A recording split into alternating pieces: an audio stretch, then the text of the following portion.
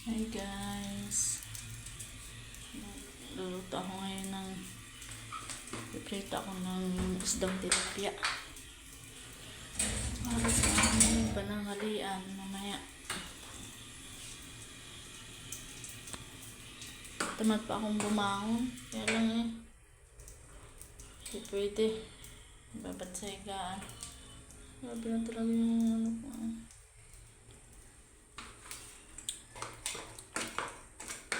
Iwan pambakas ng ano yan, ng Infanta. Tabing dagat kasi kami.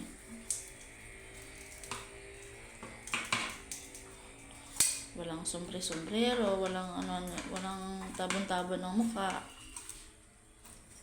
Kaya masakit ang sikat ng araw, kaya yan ang resulta.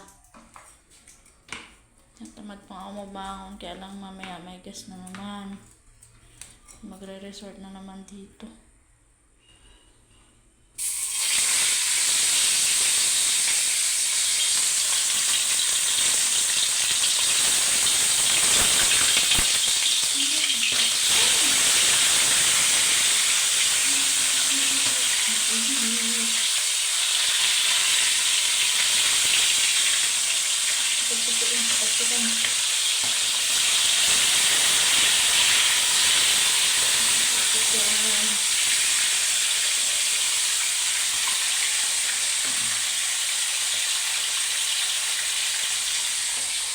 Parang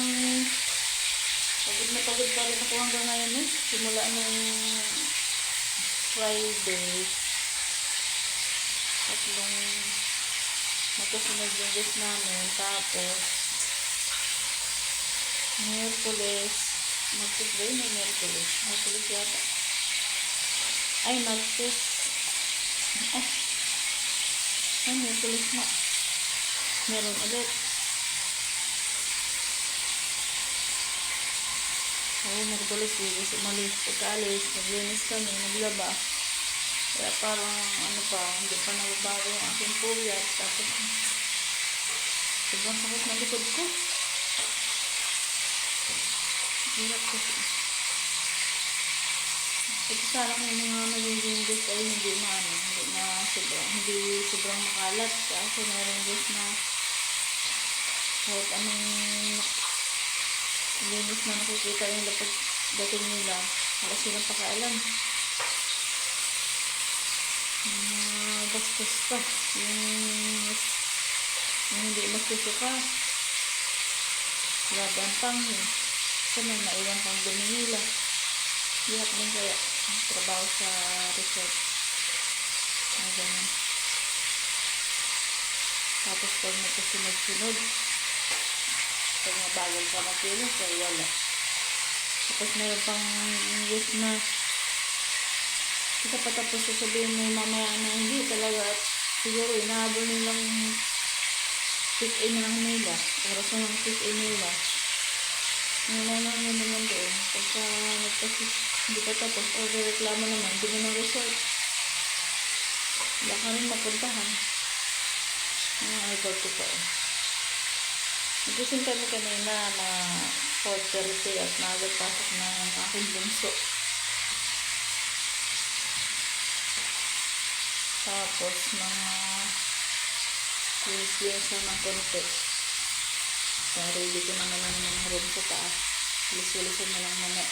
Alas 7 pa naman ang gabi ang dating ng guest dito. Lilis na lang naman doon. Ulitin ko naman ng galis. Okay naman ang taas. Dito. Nakakahanggang naman yung gabi namin sa ulang ito.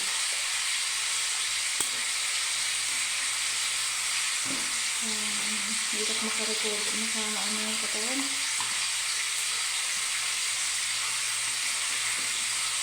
Parang bang patang-pata, parang binumbog. Pagalis daming tambak ng laban at hindi naman kami makakapaglaban habang may guest dito. Wala yung sampayan Hindi na init, maulit pa ulan.